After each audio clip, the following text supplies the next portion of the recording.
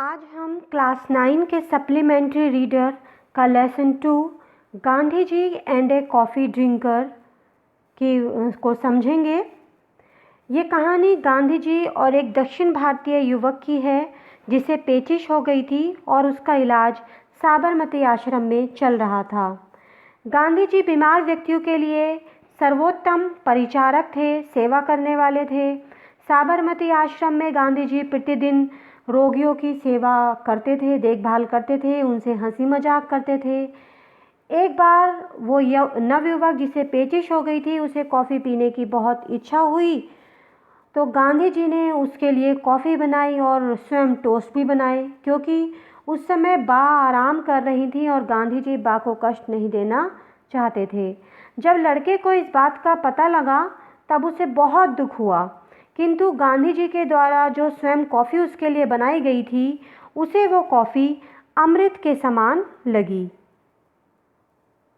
अब lesson start करते हैं। Gandhi ji was a first class nurse to the sick. Mahatma Gandhi ji जो थे वो बीमारों के लिए, सिक बीमारों के लिए फर्स्ट क्लास नर्स, प्रथम श्रेणी के परिचारक थे। Where he picked up nursing was a mystery. उन्होंने नर्सिंग सेवा का कार्य, परिचारक का कार्य पिक्ड अप सीखा। वेयर कहाँ से, उन्होंने परिचारक का कार्य कहाँ से सीखा, यह एक रहस्य था। He certainly did not pass through a nursing school. निश्चित रूप से ही उन्होंने किसी नर्सिंग स्कूल से तो शिक्षा प्राप्त नहीं की थी। As in many other things, when nursing became necessary to him in life, as in many other things, दूसरी बहुत सी वस्तुओं की तरह, when जब नर्सिंग परिचारक का कार्य became necessary आवश्यक हो गया उनके लिए जीवन में, तब उन्होंने he learned it through the hard way of experience. तब उन्होंने कठिन अनुभव से इसको learned सीखा। In the ashram at Sabarmati के आश्रम में all sick persons came directly under his eye care. सभी बीमार व्यक्ति जो थे, समस्त रोगी सीधे उनकी ही, डायरेक्टली सीधे, अंडर हिज आई केयर, उनकी देखभाल में रहते थे। Doctors were of course consulted. निश्चित रूप से डॉक्टर्स से परामर्श लिया जाता था। But the care of the sick, लेकिन रोगियों की जो देखभाल थी, Gandhi ji arranged in person, वो Gandhi ji arranged in person स्वयं किया करते थे। It was a joke specially among young people in the ashram. एक जोक, एक मजाक था, स्पेशली विशेष तौर पर आश्रम के जो नवयुवक लोग थे उनके बीच में एक मजाक प्रचलित था।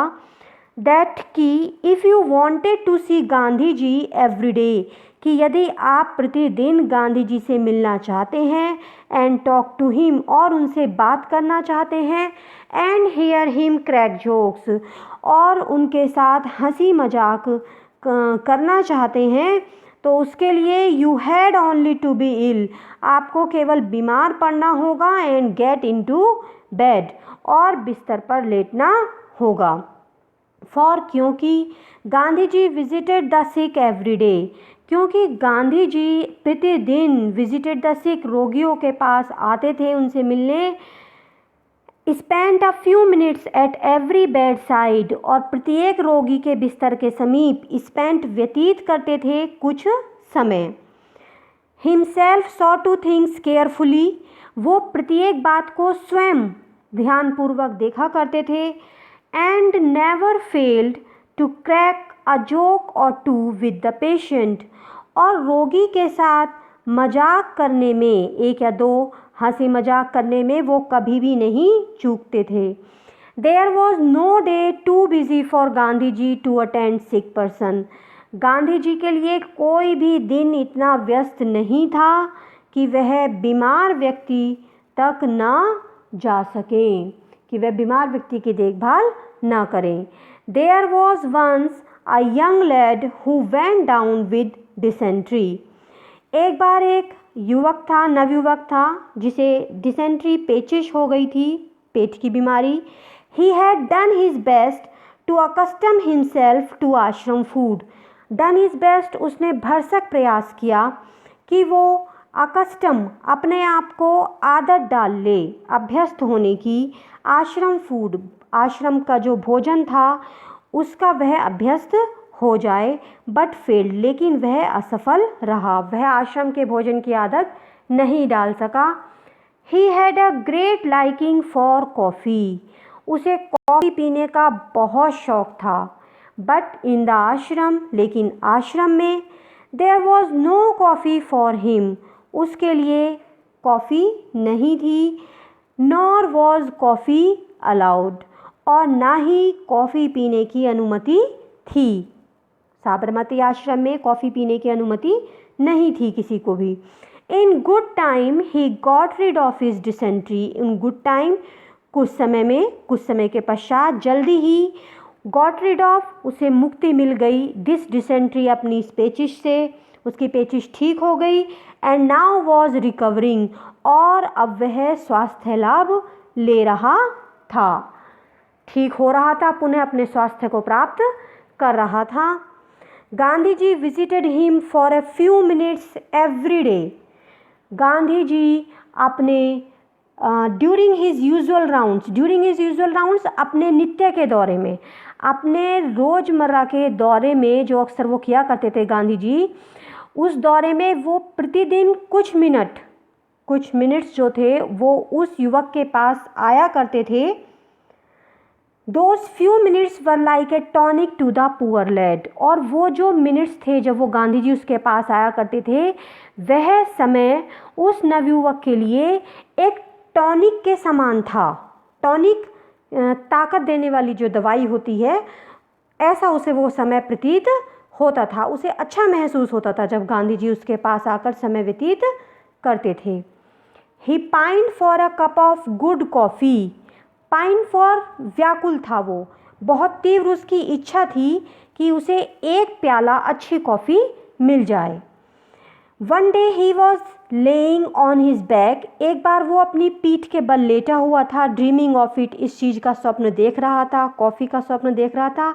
When he heard the welcome sound of the wooden sandals of Gandhi ji, जब उसे गांधी जी के वुडन सैंडल्स, खड़ाऊँ के आने की आवाज़ सुनाई दी। अ मिनट लेटर, एक मिनट बाद, Gandhi ji entered with his never failing smile, Gandhi ji जो थे अपनी कभी ना ख़त्म होने वाली मुस्कुराहट, जो अपनी स्वाभाविक मुस्कुराहट उनके चेहरे पर थी, उसके साथ, और अपने चीयरिंग वर्ड्स, अपने आनंददायी शब्दों के साथ गांधी जी ने वहाँ पर प्रवेश किया। He looked at the lad and said, उन्होंने लड़के की ओर देखा और कहा, now you are decidedly better, अब तुम निश्चित रूप से पहले से अच्छे हो। You must have recovered your appetite, appetite भूख, और अब तुम्हारी भूख भी तुम्हें जो है रिकवर कर ली होगी, तुम्हें अब भूख भी लगने लगी होगी।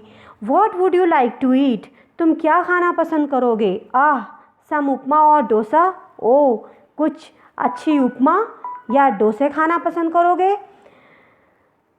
Gandhi ji evidently knew all about the lad's partiality for these two good old South Indian dishes. Gandhi ji स्पष्ट रूप से उस नवयुवक के जो दक्षिण भारत के ये दो जो व्यंजन हैं, उपमा और डोसा, इन दोनों व्यंजनों के प्रति उस बच्चे की पसंद के विषय में जानते थे। गांधी जी वॉज लाफिंग, गांधी जी हंस रहे थे। The youngster had a sudden brain wave, और तब नवयुवक के मस्तिष्क में अचानक से एक विचार कौंधा। Could I have a cup of coffee please, blurted out, और जब ये विचार कौंधा तो उसने एकदम से ब्लर्टेड आउट, गांधी जी से पूछा, could I have a cup of coffee, क्या मुझे एक प्याला कॉफ़ी मिल सकेगी?